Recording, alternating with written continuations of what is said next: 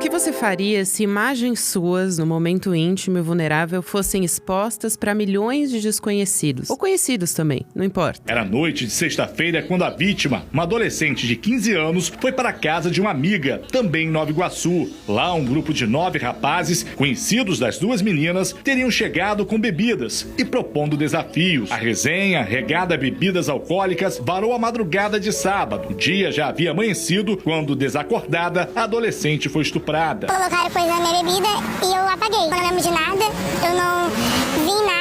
Pelo menos 2 homens de 20 e 22 anos de idade participaram do crime, que foi filmado por um terceiro criminoso e compartilhado nas redes sociais. O Brasil tem pelo menos 4 processos por dia por registro e divulgação de imagens íntimas sem consentimento. Esses processos se baseiam em 2 leis criadas em 2018. A Lei Rose Leonel, que considera crime o registro não autorizado da intimidade sexual, e a Lei 13.718, do ano de 2018, que criminaliza a divulgação de cena de estupro ou de cena de estupro de vulnerável, sexo ou pornografia sem consentimento, inclusive o compartilhamento desse conteúdo. Mas o crime se modernizou. Hoje não é preciso nem que essas imagens sejam de fato verdadeiras. A razão da facilidade é a tecnologia da inteligência artificial. Hoje, qualquer pessoa sem qualquer conhecimento pode colocar na plataforma e fazer as alterações que bem entenderem. Poucas pessoas conseguem notar que houve uma manipulação na imagem. Em caso recente, de novembro de 2023, mais de 20 alunas de um colégio da Barra da Tijuca, no Rio de Janeiro, foram ouvidas pela polícia como vítimas de nudes falsos, criados por inteligência artificial. Fotos dos rostos das meninas, que têm entre 13 e 16 anos, foram retiradas de redes sociais e editadas em fotos de corpos nus. Os suspeitos de terem criado esses falsos nudes são alunos da própria escola. A atriz Isis Valverde também foi vítima dessa mesma prática, deepfake pornô. Pelo menos 3 fotos que foram editadas digitalmente, expondo ainda mais a atriz de corpo inteiro, até mesmo nua. E a equipe da Isis Valverde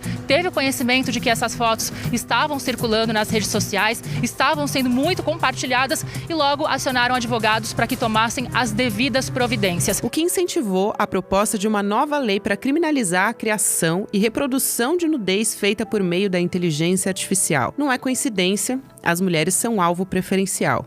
Mas os homens também não escapam. Só em São Paulo, as mulheres foram 87% das vítimas citadas nos boletins de ocorrência desse tipo, quando fotos íntimas foram vazadas sem consentimento. Mas poucos casos chegam à justiça. O constrangimento, o medo de retaliação e a falta de proteção das autoridades faz com que os dados sejam bem menores do que a representação da realidade. Eu nunca vi a minha filha do jeito que ela ficou. Era um choro desesperador, um descontrole. Eu tentava acalmar, mas meu amor, não são só as fotos, mas sou eu nua, mãe. Meus amigos estavam nua e é constrangedor. É o assunto que só se fala nisso. No recreio, você anda só escutando sobre isso. Você sai da escola, tem grupos falando sobre isso. Então é uma situação que não tem como fugir. Eles nunca vão saber o trauma que eles causaram.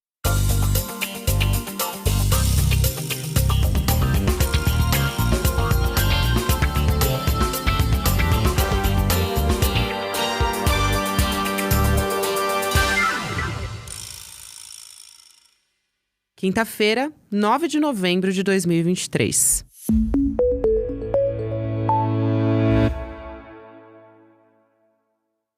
Olá, seja muito bem-vindo, seja muito bem-vinda. Eu sou a Gabriela Varela, esse é o Videocast em Detalhes. E aqui sempre com um convidado, uma convidada, a gente analisa uma temática, um assunto importante, uma notícia importante do momento. Hoje eu converso com a advogada Luciana Temer, que é professora da PUC de São Paulo, também presidente do Instituto Liberta, de enfrentamento à violência sexual contra crianças e adolescentes. E o nosso foco aqui vão ser justamente alguns casos de deepfake nos últimos dias que cometeram, atingiram uma parte dessa população, das crianças, também adolescentes, enfim, diversos casos aqui. Luciana, muito bom falar com você, é um prazer. Infelizmente, para algo que é tão grave e, enfim, um caso que é surreal, que são 20 adolescentes que foram vítimas desse crime. É isso aí, Gabi. Bom, obrigado pelo convite. Acho que é uma conversa muito importante. É um assunto muito duro, mas que precisa ser falado. Com certeza. Eu vou dar até aqui um passo para trás, para falar sobre o caso de uma pessoa que é bastante conhecida, para as pessoas entenderem que todo mundo, pode ser vítima desse crime. Até foi apresentado nessa semana um projeto de lei para incluir no Código Penal o crime de criação, né, e compartilhamento de imagens íntimas feitas por inteligência artificial e que a gente conhece popularmente como a deepfake pornô. E foi justamente por conta do caso da atriz Isis Valverde, que foi alvo justamente dessas imagens manipuladas na internet. Então, os criminosos pegaram imagens dela, ou de biquíni, enfim, fotos da Isis Valverde, e aí mudaram, né, por meio de inteligência artificial, como se fossem nudes, né? São falsos nudes. Como é que você tem acompanhado, Luciano, o aumento desses casos? Olha, Gabi, eu acho que você primeiro chamou atenção por uma questão importante, que é a lei está sempre correndo atrás do avanço tecnológico, né? Na verdade, a lei sempre ela corre atrás dos avanços sociais. E agora, com o avanço tecnológico, você veja, o crime de pornografia de vingança, conhecido como pornografia de vingança, ele é de 2018, né? É muito, muito perto. E já foi uma lei que correu atrás de algo que vinha acontecendo, que era a reprodução, distribuição de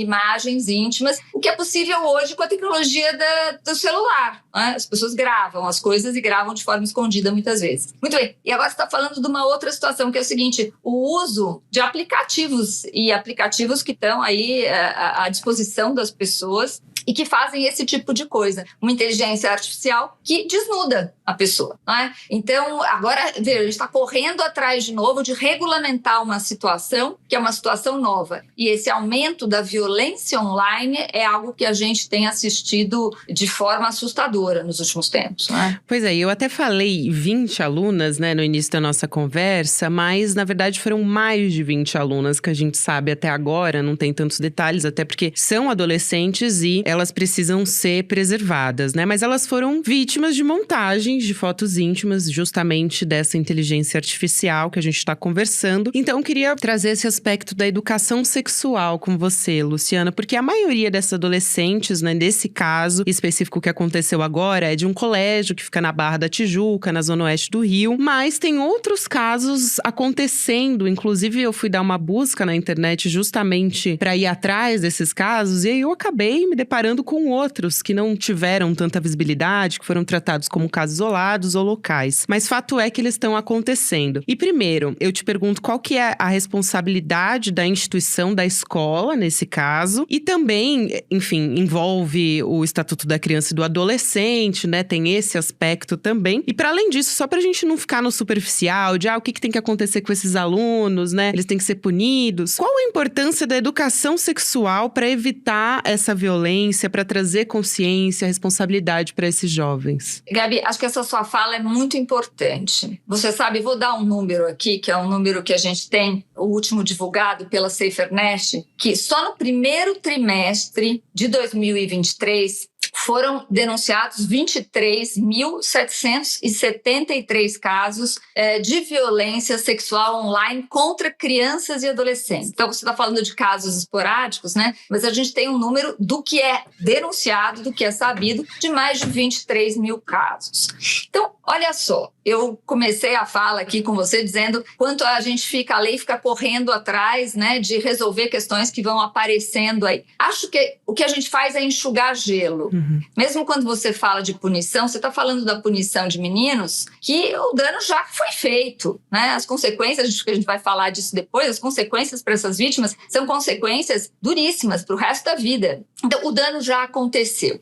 A gente tem que ser uma sociedade que pare de correr atrás de enxugar gelo e, de fato, resolva a questão na sua essência. E que essência é essa, Gabi? Eu sempre falo, quando se fala de violência online, seja bullying, seja violência sexual, a violência online, ela não tem uma característica nova online. Ela só é online, o instrumento é novo. Mas o que a gente está falando é de uma violência que está na sociedade, né? Nós temos um dado já há muito tempo de mais de 4 meninas de menos de 13 anos estupradas por hora no país, né? Quando a gente pensa neste dado, a gente fala, a violência sexual online, ela é um produto de uma violência que está na vida real, né? Então, é sobre isso que a gente está falando. E eu acredito muito, o Instituto Liberta, que eu presido, vem defendendo muito a importância da escola como espaço de educação. Não só educação digital, porque se fala muito de educação digital, de educar os jovens para estar neste meio virtual, mas uma educação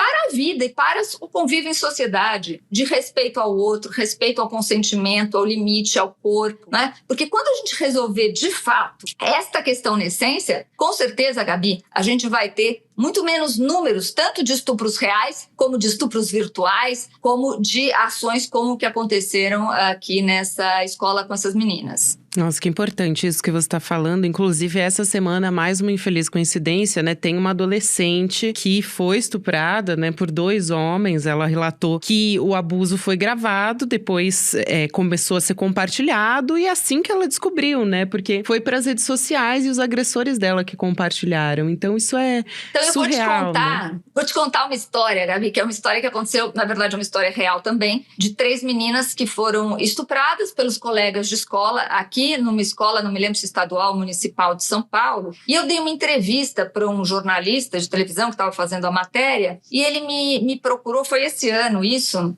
ele me procurou e disse o seguinte: olha que situação horrorosa, os meninos já estão recolhidos na Fundação Casa, mas eram colegas de escola de 3 meninas. E como é que se descobriu? O que os meninos faziam? Eles, na verdade, convidavam as meninas para matarem aula, não sei o que, uma de cada vez, levavam para casa, bebiam e tal, e os 3 lá, meninos, tinham relação sexual com a menina. Como é que isto veio à tona? Quando uma das meninas, que foi vítima desta violência, foi ao diretor da escola reclamar que ela estava sendo vítima de bullying. Não de estupro, Gabi, de bullying. Por quê? Porque as imagens estavam circulando na escola. E quando o jornalista me contou essa história, eu só pude dizer para ele uma coisa, que é: que triste, que dó desses meninos e que dó dessas meninas. Porque nós, adultos, estamos falhando com esses jovens.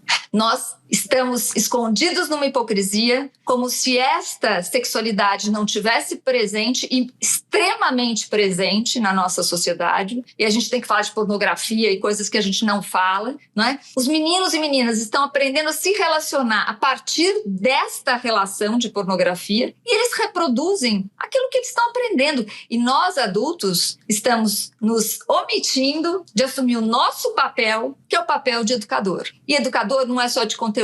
Educador é de cidadania, é de dignidade, é de respeito. E nós não estamos fazendo isso, né, Gabi? Nossa, justamente. Aí você joga pra debaixo do tapete, né? Quer dizer, o caso do estupro também dessa menina foi na casa de uma amiga. Ela foi violentada na casa de uma amiga por conhecidos dela. Ela tava dormindo e ela acredita que ela foi dopada porque obrigaram ela a beber e tinham outros jovens, né, da idade dela também. Então eram conhecidos, né? Não é uma coisa que normalmente a nossa sociedade, ela costuma acreditar que o estupro e que a violência sexual, ela acontece só naquele beco escuro que alguém te puxa, né? Um homem que é um monstro te puxa ali no canto e aí acontece o abuso sexual. E não, né? Isso acontece nos círculos desses jovens e eles estão aprendendo a se relacionar. Então essa conscientização, a educação precisa estar ali, né? No ambiente deles. Olha, Gabi, até vou dizer mais para você, né? Acho que é um dado importante para quem está nos assistindo, ouvindo, que é o seguinte: a gente tem esse dado de mais de 4 meninas de menos de 3 anos estupradas por hora, mais de 72% aconteceram na casa da vítima e mais de 70% por familiares. Então, a gente está falando de uma violência que é uma violência muito próxima. E agora, para sair da esfera do familiar, esta violência entre os jovens, ela está sendo cada vez mais naturalizada. Eu chamei atenção para a história da menina reclamar de bullying e não de estupro, porque, de fato, hoje, esta violência sexual está tão inserida nessas relações que a pessoa nem percebe mais a violência que ela está sofrendo e ela traduz de outra forma, né? E, olha, é uma coisa impressionante. Você falou da palavra educação sexual, né, que hoje ela é demonizada em muitos setores. Infelizmente, nos últimos 4 anos, acreditaram na tal da mamadeira de piroca e isso virou uma grande confusão. Enfim, é um desserviço imenso que foi prestado. Agora, também eu tenho que dizer o seguinte: nunca houve no Brasil educação sexual tal como deve haver. Porque quando a gente fala no Liberta de educação sexual, a gente não fala de ensinar a usar camisinha só e não ter doença sexualmente transmissível e não engravidar. Isto é o básico do sistema de saúde. Quer dizer, isso é uma questão de saúde pública. O que a gente está falando, na verdade, é de falar com crianças pequenas sobre proteção ao próprio corpo, isso é possível, mas, sobretudo, falar com jovens sobre sexualidade saudável. saudável é sobre sexualidade, não é sobre prevenção de doença. É como é que a gente se relaciona sexualmente, isso é bom e faz parte da vida, de forma saudável, respeitosa e com consentimento. É isso que é a educação sexual que a gente precisa falar nas escolas. Muito bom, porque não é porque as pessoas, né, os conservadores, vamos dizer assim, e muito a extrema-direita, né, demoniza a educação sexual como se não fosse acontecer. E, na verdade, sim, os jovens estão se relacionando, essas pessoas querendo ou não. Então, é uma questão de saúde pública, como você disse, né, Luciana? Agora, tem outro ponto muito importante que você já levantou e que eu acho que é bom a gente tratar aqui também, que é como esse crime precisa, né, de uma atualização para lidar com ele. Então, o crime está sempre se sofisticando, quer dizer, além do compartilhamento agora, a gente tem montagem, a gente tem manipulação de imagem por aplicativos que são facilmente baixados em qualquer celular de qualquer jovem, né? Qualquer jovem tem acesso a isso, mas o caminhar da lei é muito lento, né? E a forma como as autoridades também lidam com isso é bastante arcaico. Então, falando, por exemplo, lei de proteção de dados, atendimento em delegacias, que também é muito ruim para as mulheres de maneira geral, né? Como vítimas, mas eu queria te ouvir sobre como o Estado precisa se aperfeiçoar, capacitar os profissionais que vão atender, dar apoio para essa vítima, que além de tudo, né? Além de ser mulher, normalmente, né? A maioria são mulheres, como você disse aqui, são jovens, né? E ficam constrangidas. Muitas vezes não querem falar sobre isso e os casos não vão nem para a justiça, justamente porque elas têm medo de retaliação, inclusive, elas têm com razão, porque isso pode realmente chegar até elas, porque as autoridades muitas vezes demonstram que não têm condição de proteger essas crianças, né? Claro. Não, sem dúvida, falta muita capacitação. Mas eu quero dizer aqui que foi aprovada uma lei em 2017, que é conhecida como Lei da Escuta Protegida. A Lei da Escuta Protegida é uma lei que não está ainda implementada, deveria estar já, e que justamente, Gabi, prevê que crianças e adolescentes, meninos ou meninas, vítimas ou testemunhas de violência de todas as ordens, inclusive da violência sexual, devem ser atendidas de uma forma diferenciada. Elas devem ser ouvidas de uma forma diferenciada. O exame de corpo de delito, quando há exame de corpo de delito, tem que ser feito de uma forma diferenciada, justamente para encorajar denúncias e proteger as crianças, meninas e meninos, né, eventualmente denunciantes. É bom dizer que a violência sexual também acontece com meninos, Sim. né? Uhum. A gente tem 86% meninas, mas são muitos meninos também, que ficam muito silenciados num país machista como o nosso, Sim.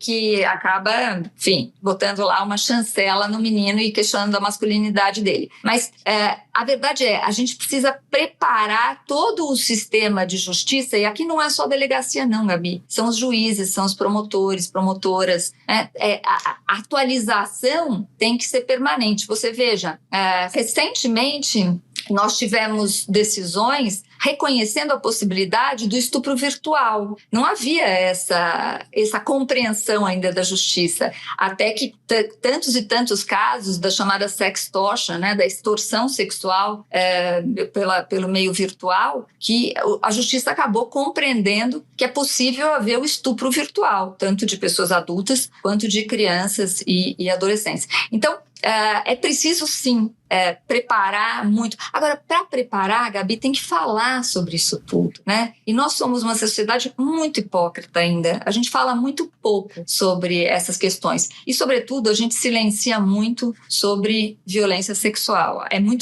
Parece muito constrangedor. Eu digo sempre que este é o único crime que o constrangido não é o bandido. O constrangido é a vítima, né? É a vítima que se constrange. E aí a gente silencia e, com isso, a gente acaba pactuando e perpetuando essa violência. E só para esclarecer aqui, né, esse termo, o sextortion ou sextorção, né, também que trazendo aqui para o nosso português brasileiro, para a gente esclarecer, e você me corrige se eu tiver errado, se eu não tiver dado a explicação correta, mas é quando alguém faz uma chantagem, ameaça levar essa pessoa a um constrangimento se ela não aceitar algum tipo de abuso, né, enfim, fazer algo que ela não queira, sexualmente falando, né, um ato libidinoso, vamos dizer assim, pela justiça, né, classificando pela lei. E acho que é importante, Gabi, a gente está falando aqui de educação, né? Educação sexual, educação para o meio virtual e, enfim, presencial também. Mas olha só, o que é muito comum nessa extorsão sexual, né, virtual, as crianças, elas estão nas redes sociais. desde muito jovens.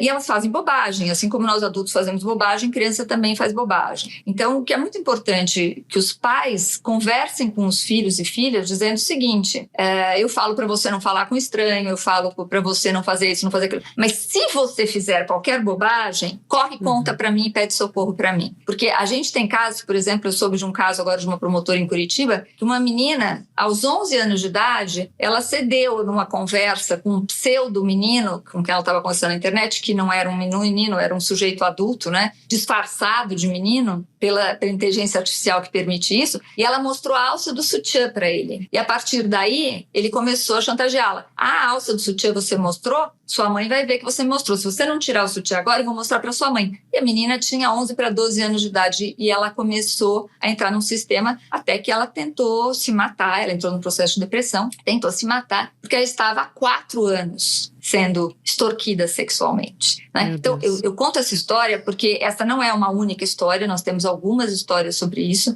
Agora, é fundamental que os pais, que a relação de confiança aconteça a ponto de, mesmo a criança ou adolescente fazendo bobagem, possa contar para os pais o que está acontecendo para estancar essa extorsão, né? Nossa, isso é muito importante, até porque justamente por conta desse constrangimento de não querer falar sobre isso leva a uma subnotificação também desses crimes, né? Assim, é uma causa e consequência também. Agora, levando para a questão da vítima, né? Imediatamente depois que aconteceu, imaginando como essa menina que você contou agora foi vítima, o que a vítima e a rede de apoio dela, os pais ou amigos, né? O que pode ser feito, o que ela pode fazer na prática, né? Como medida. E segundo, quem recebe esse conteúdo, já que a gente está falando de compartilhamento, seja de imagem verdadeira ou imagem manipulada. O que essa pessoa pode fazer, essa pessoa que recebeu o conteúdo, para coibir ou para pelo menos não alimentar esse efeito manada, né, de disseminação? Bom, acho que a gente pode separar as duas questões. Assim, a denúncia é muito importante, né? Então, e a denúncia, de preferência, numa delegacia especializada. Acho que a que tem na maior parte dos lugares é a Delegacia de Defesa da Mulher, que com todas as deficiências que ainda acontecem, é a que está mais preparada para receber esse tipo de caso, né? Tem alguns lugares que eu acho que já estão instalando delegacias especializadas em crimes virtuais, mas isto ainda enfim, se tem, são pouquíssimos lugares. Então, eu acho que a questão é procurar uma delegacia de preferência especializada, mas qualquer uma pode atender, acolher a vítima, porque são dois momentos diferentes, não é? Um momento é o momento da denúncia. Outro momento é o momento do acolhimento. Veja, essas meninas que sofreram esta enorme violência agora no Rio de Janeiro, essa notícia, elas vão ter problemas sérios. Problemas de insegurança. Enfim, a gente espera que elas não tenham, que elas tenham um atendimento psicológico adequado e provavelmente terão, porque são meninas com uma condição socioeconômica boa, porque a maioria das meninas não tem esta condição, né? Mas as consequências são muito graves. Esses processos depressivos de autoestima e tudo podem afetar a vida dessa menina. Então, é muito importante que, para além da denúncia, numa delegacia especializada, seja feito o acolhimento de saúde psicológico, né, de saúde mental dessa vítima. Então, essa é uma questão. Outra questão bastante importante é, se qualquer pessoa receber uma imagem de abuso, de abuso infantil ou de violência sexual ou uma coisa como esta que circulou na escola, nunca repasse. Até porque eu vou dizer aqui, é crime repassar. Não, mas eu repassei porque eu quero achar o abusador, porque eu estou indignada. Guarde a sua indignação para você. Se você tiver uma boa intenção, pode falar numa delegacia policial, olha, recebi uma imagem, esta é a imagem. Tá. Nunca, em hipótese nenhuma, repasse. Você não estará ajudando de forma nenhuma, né? Eu vi na reportagem dessas meninas, Gabi, que um dos meninos que estava no grupo, que se indignou com a situação e resolveu contar para as meninas o que estava acontecendo, né? E essa solidariedade é fundamental. Acho que isso também é uma coisa, né?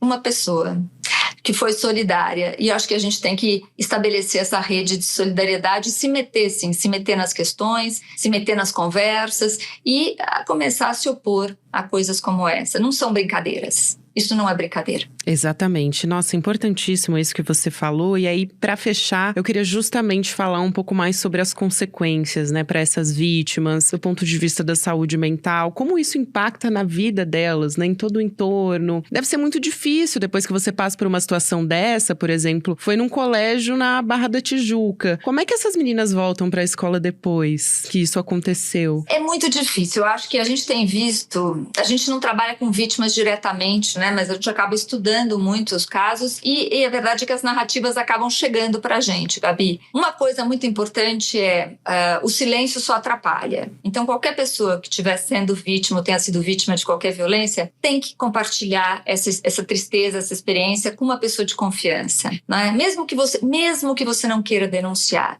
você precisa pedir socorro e dividir e contar e falar do que está acontecendo. Isso é fundamental. É fundamental até para que os danos sejam menores, Gabi. A Vera Iaconelli tem uma frase que eu gosto muito, que é a seguinte: nós somos seres de linguagem. Então, a cura muitas vezes se dá pela linguagem. Colocar para fora, falar, dividir é muito importante. Agora, um atendimento psicológico é fundamental. E aqui eu vou registrar minha indignação, né, com a nossa política pública e a importância de programas como esse que falam deste assunto, de todas as violências virtuais e presenciais. O nosso sistema de saúde ainda não está preparado para receber. Aliás, não tem psicólogo para atender. Mesmo uma vítima de estupro presencial, não é? Não vai ser atendida de forma individual por um psicólogo da rede pública. Não existe essa política pública. O que eu acho que é um absurdo, mas a gente não fala sobre isso. Então, essas meninas da escola, como têm um poder aquisitivo melhor, vão poder ter uma psicóloga que as atenda, e isso é fundamental.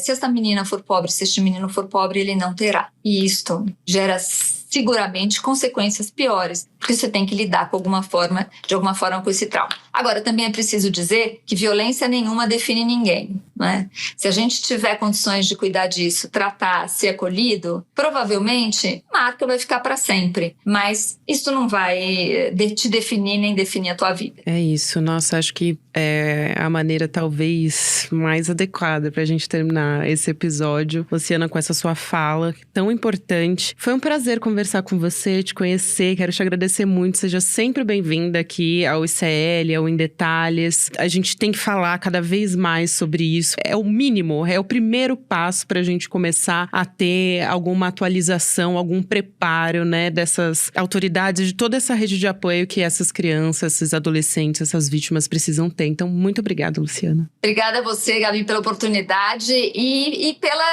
parabéns pela escolha do tema. É um tema fundamental, importante. Vamos falar sobre isso, porque só assim a gente muda essa realidade. É isso. A Luciana é advogada, professora da PUC de São Paulo, também presidente do Instituto Liberta, que é de enfrentamento à violência sexual contra crianças e adolescentes. Um beijo e até uma próxima, Luciana. Beijo. O Videocast em Detalhes fica por aqui. O próximo episódio vai ao ar às 10h30 da manhã, ao vivo no YouTube, por onde você acompanha toda a programação do ICL Notícias. E também tem nas plataformas de áudio, tá? O programa sai ainda mais cedo. O episódio vai ao ar às 7, 8 horas da manhã, em todas as plataformas de podcasts. Mas também quero dar um recado muito importante para você que acompanha aqui o ICL. É uma notícia muito especial para todos nós. Vem aí o primeiro filme original do ICL. Pra gente comemorar essa conquista, que é de toda a nossa equipe, a gente organizou um debate ao vivo e aberto com trechos do novo documentário De Quanta Terra Precisa o Homem, a surpreendente verdade sobre o MST que as elites fazem questão de esconder. Ele vai acontecer no dia 12 de novembro, às 8 horas da noite. Esse encontro vai contar com a participação do João Pedro Stedley, diretor nacional do MST, também com a Laura Sabino, que é youtuber e militante do MST, além da moderação do Eduardo Moreira. Então anota aí na sua agenda e garanta sua vaga em icl.com.br/emdetalhes. Um beijo pra você que me acompanhou até aqui e até amanhã. Eu, Gabriela Varela, faço a apresentação e a coordenação do Videocast em Detalhes. Roteiro é feito por mim, com a colaboração de Ana Carolina Navarro. A direção técnica de gravação é de Guilherme Bessa, Bianca Pasquim e Caio Marinato. A coordenação de transmissão é de Malu Pessoa, Leonardo Salles e Giovânia Nino. A operação de áudio é de Igor Santana e Denis Williams. De vídeo, do Gabriel Vento. A produção jornalística é da Elô Macrini. A vinheta original é de Caio Marinato e a edição de áudio e sonorização coordenação são de César Degani. A direção de mídias sociais é de Joema Martins e a direção de arte é de Stella Spironelli. A coordenação de artes gráficas é de Isabela Chiara. E a direção de programação é de Maurício Arruda e a produção executiva de Eduardo Moreira e Rafael Donatiello. Este episódio usou áudios de Band Jornalismo, SBT Rio, TV Record e TV Globo.